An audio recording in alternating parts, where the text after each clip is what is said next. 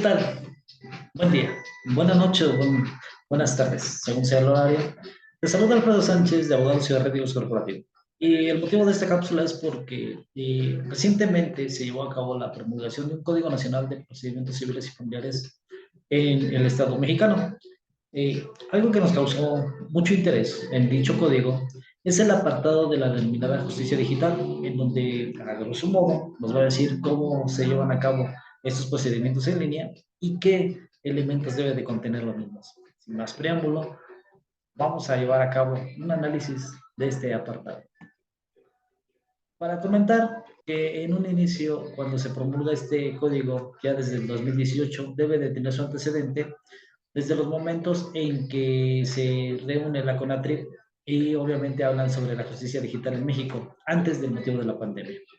Bueno, en ese entonces, la justicia digital en el Código Nacional de Procedimientos Civiles y Familiares ya era algo, un menester que nosotros íbamos a tomar en cuenta para llevar a cabo nuestros procedimientos. En ese entendido, en el libro octavo de la justicia digital, denominado así en dicho código, nos habla de un título único, del procedimiento en línea e integración del expediente judicial. Capítulo 1 de disposiciones generales y también de la sección primera de la integración del expediente judicial. De igual forma, en el capítulo segundo del procedimiento en línea y de las audiencias virtuales, cómo se van a llevar a cabo todas y cada una de estas. Su sección primaria del procedimiento en línea. ¿Qué es lo que es un procedimiento en línea? ¿Cómo se va a llevar? ¿En dónde se va a llevar? ¿Qué es una diligencia? ¿Qué es una audiencia? Y sobre todo cualquier otro procedimiento.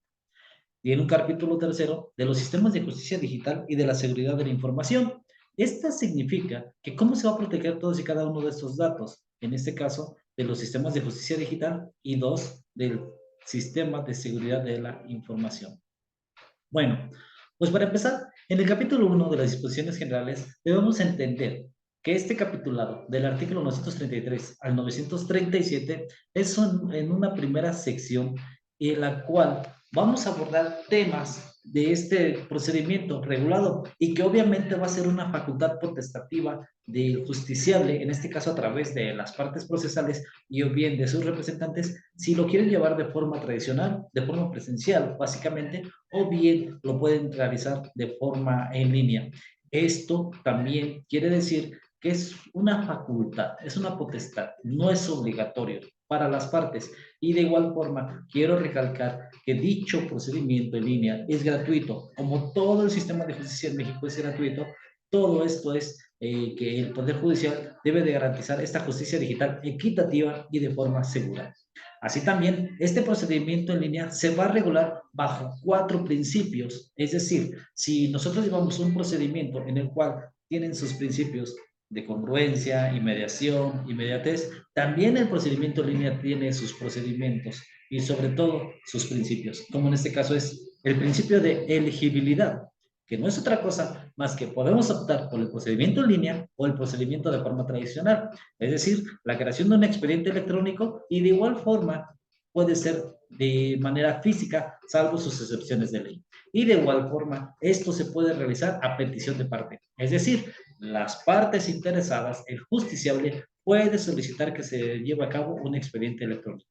Otro principio con el que cuenta este Código Nacional es el de equivalencia funcional o no discriminación, que significa que a todos los actos y todas las actuaciones que deriven en este procedimiento van a tener cierto valor probatorio y este valor probatorio tendrá una eficacia judicial de trámites y audiencias. Es decir, podríamos contrarrestar que este procedimiento, por el solo hecho de llevarlo en línea, carezca de algún elemento de validez o bien que se hagan valer violaciones procesales en un momento determinado, toda vez que el mismo ya está siendo facultado y está regulado por una norma. También así, tenemos el principio de neutralidad tecnológica, que no es otra cosa más que no podremos imponer o elegir o sobre todo obligar a que el justiciable tenga un sistema computacional, un sistema informático determinado. ¿Esto qué quiere decir? Que no pondremos preferencias en favor o en contra de determinada tecnología. Es decir, no podríamos llevar a cabo una audiencia siempre y cuando el sistema operativo sea un iOS en materia de telefonía, un iPhone, o bien un Android en materia de la misma. Esto quiere decir que mucho menos se fomentará artificialmente determinadas opciones tecnológicas en detrimento de otras. Existen varias plataformas con las cuales podemos auxiliarnos, que son en este caso, como por ejemplo Zoom, puede ser Cisco Webex, puede ser el de Telmex o de cualquier otra tecnología para llevar a cabo nuestras videoconferencias, también Google Meet. De igual forma, por último, tenemos la seguridad de la información. Como último principio de seguridad de la información, que inclusive se hace un capitulado respectivo a en este apartado de la justicia digital en el Código Nacional. Y esto significa que todo procedimiento en línea, toda promoción, toda actuación, toda diligencia, toda audiencia virtual, toda videoconferencia y en general, toda documentación electrónica de la cual conste con su firma electrónica como el expediente electrónico, deberá llevar a cabo un procedimiento de protección. Es decir, que la información y los sistemas de información, su acceso, su uso, su divulgación, su interrupción, modificación o destrucción no autorizados podrían dañar o vulnerar datos personales. Y de igual forma, tendríamos este apartado como la confidencialidad de los asuntos, la integridad y la disponibilidad de estos medios para que no se contrapongan a la naturaleza o características de este procedimiento en línea. Así también, vamos a ver que en la sección primaria, ¿cómo se va a integrar el expediente judicial? El expediente judicial se integrará física y electrónicamente, a petición de partes, salvo sus excepciones de ley. Recuerden, esto es una cuestión potestativa, no obligatoria. El acuerdo que contenga estos lineamientos aprobados por el Consejo de la Judicatura que corresponda, es decir, puede ser federal o a nivel local, también establecerá las reglas que permitan la debida integración del expediente físico y electrónico. Un ejemplo es que en el Poder Judicial de la Federación tenemos nuestros expedientes electrónicos en materia de amparo indirecto, amparo directo y de igual forma ante los centros de justicia penal federal. Tenemos todos y cada una de nuestras integraciones. Ojo, se denomina expediente electrónico. Si bien es cierto en materia penal hablamos de carpetas de investigación, también aquí solamente es para las cuestiones de los procedimientos en línea. Y así también la autoridad jurisdiccional va a llevar a cabo las áreas competentes en las cuales realizará todos los actos necesarios para concentrar estas actuaciones, estas diligencias, estas promociones y demás constancias de un procedimiento en un expediente judicial, el cual se integrará de forma cronológica, de forma física, de forma virtual, con independencia de las que se vayan presentando. También así debe garantizar un expediente físico para la consulta como el electrónico para los mismos fines. El expediente electrónico debe integrarse simultáneamente con el expediente físico. Es decir, no puede ser que en una actuación A derive que en el expediente físico aparezca fechas posteriores o fechas anteriores. Debe de ser de forma simultánea. También que los funcionarios judiciales autorizados podrán acceder al expediente electrónico y es muy precisa esta clave. Solamente funcionarios judiciales o los funcionarios que estén autorizados pueden acceder a ello. También las partes procesales que puedan acceder a la red. Toda información contenida en el expediente electrónico debe de ser validada por una firma electrónica avanzada y con su certificado digital vigente. Así también su página de firmantes como un sello físico. ¿Esto qué quiere decir?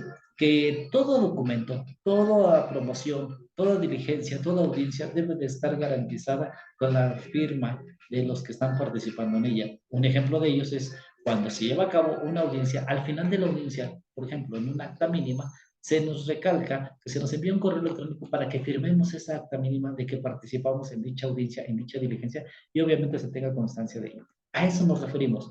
El hecho de colocar nuestra firma electrónica y el sello digital significa que nosotros participamos en esas diligencias y obviamente queda el registro por la videograbación, la videoconferencia, la diligencia que se haya realizado y también queda esa facultad de que podemos firmar la misma. También así que toda promoción debe de ser signada con la firma electrónica del Poder Judicial de la Federación, la FIREL, o de cualquier otra firma de cualquier otro Poder Judicial. Sin embargo, aquí entraría un tema de tesis en el cual se unificaran todas y cada una de las firmas electrónicas de los Poderes Judiciales, como la firma electrónica del Poder Judicial de la Federación, para que sea solamente una firma y evitemos en un futuro que estas, haya una redundancia de firmas, hay una pérdida de contraseñas y que utilicemos solamente una firma electrónica como abogados para patrocinar a nuestros representados en cualquier índole, en cualquier materia, y que esta misma firma sea otorgada por el Consejo de la Judicatura Federal y que sirva para todos los poderes judiciales. Algunos ya tienen unos convenios de colaboración de firmas electrónicas, como por ejemplo el Poder Judicial del Estado de México con el Poder Judicial de la Federación. Igual se utiliza la firma electrónica del SAT para llevar a cabo estas diligencias, pero aquí se propone que solamente sea una sola firma para todos los poderes judiciales, como para la Federación, como a nivel local. Y de igual forma, que las notificaciones certificarán sus efectos como indique dicho código. Ojo, hay algunas cuestiones en que las notificaciones podría ser que no llegaran, podría ser que se realicen y que no haya un acuse. Todo ello se debe de ir salvaguardando porque estas notificaciones electrónicas tendrán validez tal y como si se nos hubiera dicho a través de una lista o boletín judicial. Es decir, tenemos que estar al pendiente de nuestros correos o de nuestras formas en que nosotros autorizamos se nos notifiquen. Puede ser inclusive a través de telefonía, vía aplicaciones como WhatsApp, que inclusive el Poder Judicial del Estado de México ya ha garantizado esta circunstancia y que nos podamos valer de esta medida para llevar a cabo y tener conocimiento de estas resoluciones, pero también debemos de tener cierto cuidado porque en caso de que se nos pase una notificación, los plazos, los términos seguirán corriendo y obviamente también es un tema en el cual se podrá ahondar más adelante para llevar a cabo, por ejemplo, que una notificación no se haya realizado conforme a las disposiciones del código en comento.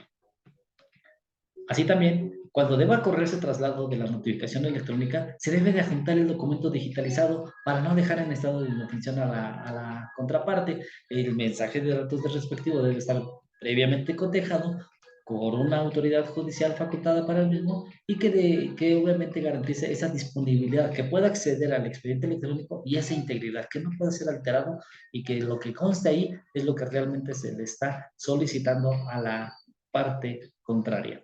Así también la notificación electrónica deberá contar con un acuse de recibo, el cual al momento de la recepción del mismo, ya sea se realice por las partes, por el Ministerio Público, Fiscalía, representantes sociales o cualquier otra autoridad en este Código de Procedimientos Civiles y Familiares, pero debe de estar la constancia de dicha notificación. Toda la información recibida, obviamente, en este expediente electrónico debe ser protegida por las leyes de transparencias, de acceso a la información públicas y privadas y la protección de datos personales o cualesquiera otra ley que proteja la integridad de las personas.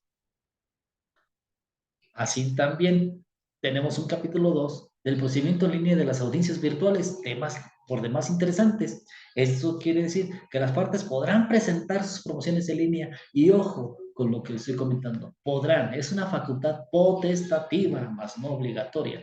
Se llevarán a cabo las diligencias y audiencias virtuales, las cuales la autoridad indicará fecha y hora y el medio tecnológico a utilizar. Si bien es cierto, hablaba de que no vamos a solicitar una preferencia, pero estamos hablando de los roamings, estamos hablando de tecnologías, estamos hablando de ciertas compañías. Esto es decir, que si nosotros tenemos los accesos a ciertas aplicaciones como Zoom, Cisco Webex, Google Maps, a telefonía, por ejemplo, la empresa mexicana Telmex, es de que hacen videoconferencias, por esos medios podríamos nosotros también proponer que sean nuestras audiencias por videoconferencia, pero precisamente que tengamos acceso a las mismas y se puedan desarrollar de una forma idónea. Hay algunas reglas para el caso de testimonios, declaraciones, peritajes o cualquier otra información con el objeto de garantizar las condiciones de autonomía y libertad en su emisión o el derecho de las partes a realizar las preguntas que les correspondan según sea el caso. La autoridad jurisdiccional tomará las medidas que indique dicho código.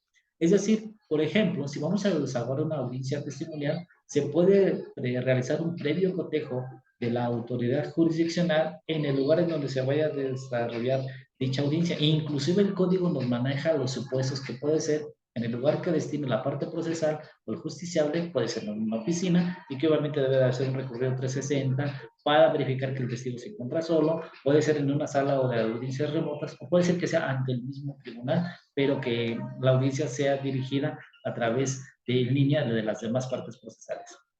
También es una facultad y una obligación para el juzgador que deberá usar un lenguaje sencillo y claro después del caudal probatorio en el cual se apertura la fase de alegatos y así lo estipula el procedimiento. Se explicará la sentencia de forma cotidiana, breve y clara y se realizará un acta mínima. Así también las partes deberán cumplir con las disposiciones de ley para llevar a cabo la audiencia, es decir, salvaguardar estas circunstancias de megabytes, de cómo vamos a llevar, que no haya interrupciones y obviamente salvo sus excepciones o de caso fortuito o fuerza mayor y que garanticen que la audiencia se va a llevar a cabo conforme a la normalidad. Si de no llevarse las mismas, se harán las correcciones disciplinarias y las medidas de apremio que apliquen. También así, a petición de parte o por propuesta de la autoridad judicial, cualquier audiencia o diligencia se podrá realizar de forma virtual. Es decir, esa petición de parte es una facultad potestativa, soy reiterativo en ese entendido, a menos de que a solicitud del juzgador y previamente que lo realice y que le haga conocimiento a las partes, pueden llevarse a cabo estas audiencias de forma virtual cuando lo solicite de igual forma también la autoridad jurisdiccional y que vea que existen las condiciones necesarias para llevarlas a cabo. Cuando la autoridad jurisdiccional advierta que en cualquier etapa del procedimiento la viabilidad de llevar a cabo cierto procedimiento que se está llevando de forma presencial o tradicional y pueda haber la factibilidad de que se pueda realizar de forma virtual, también lo propondrá para las partes siempre y cuando éstas estén de acuerdo en llevarlo en esta alternativa. En el caso de advertir alguna falla técnica, alguna situación extraordinaria que impide el desarrollo de las audiencias o diligencias virtuales, el juez o la autoridad judicial determinará las medidas que estimen pertinentes. En caso de que no se pueda llevar a cabo la misma, las deberá suspender y señalará una nueva fecha y hora para la realización de la misma. En caso de persistir estas circunstancias, se deberá de llevar a cabo en una sala virtual o de manera presencial para continuar con el proceso y evitar efectos dilatorios. Así también, para el desarrollo de las audiencias o diligencias virtuales, y resulta fundamental mantener la separación y exclusión de ciertos intervinientes, testigos, peritos o de cualquier otra índole en determinado momento de la autoridad jurisdiccional encargada solicitará el apoyo de su personal técnico administrativo para que con asistencia técnica se adopte las medidas de lo que comentaba anteriormente, cómo desahogar un testimonial, cómo desahogar un peritaje, cómo desahogar a lo mejor una diligencia en la cual se tenga que recibir a lo mejor una escucha de menor y obviamente tener esas pertinencias de que entre la escucha del menor debe estar acompañado de un psicólogo, debe estar acompañado de un representante también de la sociedad y obviamente pueda emitir su libre voluntad. Eso es un ejemplo de lo que puede pasar. Para la celebración de las diligencias y audiencias virtuales, deberán acatarse las reglas de las diligencias y audiencias de un procedimiento respectivo, normal, obviamente adaptándolo al procedimiento en línea para que éstas tengan su eficacia jurídica. Ahora bien, del capítulo tercero, que habla de los sistemas de justicia digital y de la seguridad de la información, en su sección primaria de los sistemas de justicia digital, los poderes judiciales, tanto federal como local, a través de sus consejos de la judicatura pertinentes y de sus leyes orgánicas, implementarán y mantendrán actualizados y funcionales los sistemas de justicia digital. Obviamente todo esto es gratuito, todo esto lo van a llevar los poderes judiciales con el fin de contar con oficialías de partes en línea, donde podemos promover, un ejemplo es que en el Poder Judicial del Estado de México y a nivel federal, el Poder Judicial de la Federación, ya podemos realizar estas solicitudes en línea, ya se pueden realizar inclusive el checar acuerdos, el autorizarnos el acceso a los expedientes electrónicos y que estos servicios digitales, estas notificaciones electrónicas, así como las tecnologías o las TICs que estamos utilizando, sean accesibles para todas las personas. Hablamos de la accesibilidad y de la justicia digital y proveer lo necesario para que exista una ciberseguridad. Primero, tengo acceso, pero también quedo protegido de mis datos personales para llevar a cabo un procedimiento en línea y que yo sé que tengo la certeza que mi expediente electrónico es como sucede actualmente en los juzgados. Se tiene la reserva, se tiene en el secreto, no puede acceder ninguna otra persona, salvo las partes intervinientes y las autoridades jurisdiccionales facultadas para ello. También se designará un personal de área administrativa proveedor de tecnologías que de forma permanente será responsable de esta seguridad y de este acceso a nuestros expedientes electrónicos. Los sistemas de justicia digital deberán contar con garantías sólidas de uso y funcionamiento que brinden continuidad y soporte permanente a los usuarios. Y de igual forma, gozar con estas medidas de seguridad de la información confiables y robustas. Es decir, tengamos la certeza de que puedo llevar mi procedimiento en línea y que no van a ser vulnerados mis datos personales. Esto, salvo las fallas que puedan sufrir las computadoras, los dispositivos, los equipos o la conexión a Internet de las partes o sus representantes legales o interesados y que obviamente no interrumpa los plazos o términos como anteriormente lo había comentado.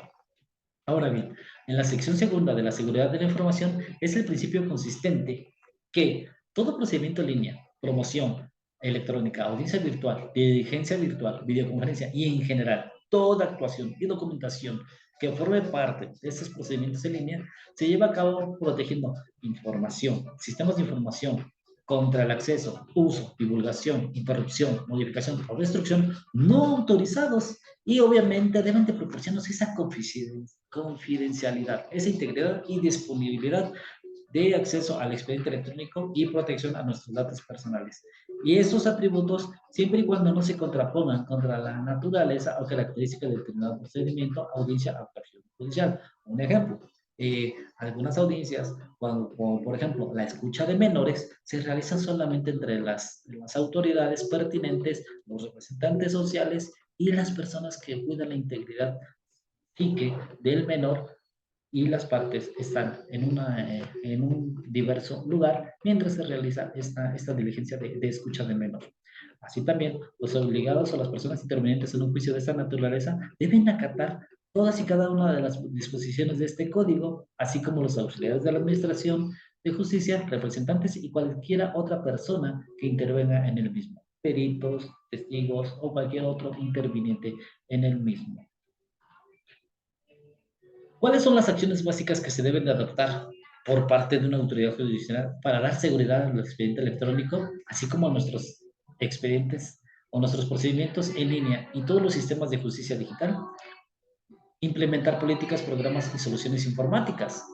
Verificar la vigencia de estos certificados digitales de las firmas electrónicas avanzadas. Verificar el adecuado funcionamiento de los programas o plataformas electrónicas que posibilitan las audiencias, las diligencias o cualquier otra circunstancia como videoconferencias de nuestros procesos. Usar comunicaciones electrónicas protegidas por algún mecanismo de seguridad cifrado. Aquí estamos hablando de blockchain, estamos hablando de mucha tecnología que a futuro nos van a ayudar. Todo lo que se realiza a través de criptomonedas, cómo se protegen las criptomonedas, es a través de estos sistemas informáticos de seguridad o estos sistemas de seguridad de la información que se están implementando en este código.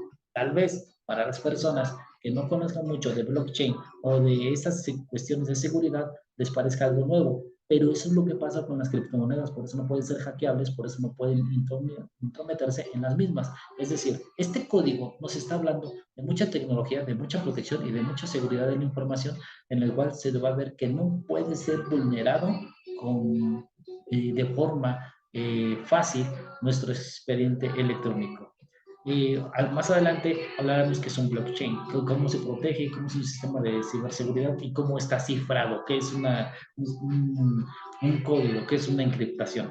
También la autoridad jurisdiccional deberá corroborar que los enlaces y documentos electrónicos o mensajes de datos que se adjunten en correos o comunicaciones que estén libres de virus y códigos maliciosos. Es decir, son sistemas informáticos que deben velar por la seguridad de la información. También se debe de corroborar fehacientemente la identidad de las partes a través de sus firmas electrónicas avanzadas, a través de sus sellos digitales o de cualquier otra forma que así lo ponga y que obviamente lo soliciten las autoridades jurisdiccionales a través de los sistemas informáticos para que los mismos puedan participar en las actuaciones, diligencias, audiencias y o videoconferencias. Corroborar también que las soluciones o mecanismos tecnológicos aseguren la conservación, integridad y disponibilidad de todas las resoluciones judiciales, que podamos tener acceso a las mismas y que solamente sean las partes intervinientes como las partes autorizadas, o en este caso las autoridades jurisdiccionales o funcionarios judiciales, las que puedan acceder a dicho expediente. Mantener respaldos seguros de toda la información de los expedientes electrónicos y que el Consejo de la Judicatura respectivo emita sus lineamientos de seguridad de información y aquellos que consideren pertinentes para adoptar una seguridad jurídica y tecnológica a esos procedimientos en línea. No se deberán usar los documentos, sellos y firmas electrónicas para fines indebidos. Obviamente que va a haber sanciones respecto a lo mismo y para que se realicen las gestiones pertinentes ante los órganos administrativos o autoridades correspondientes.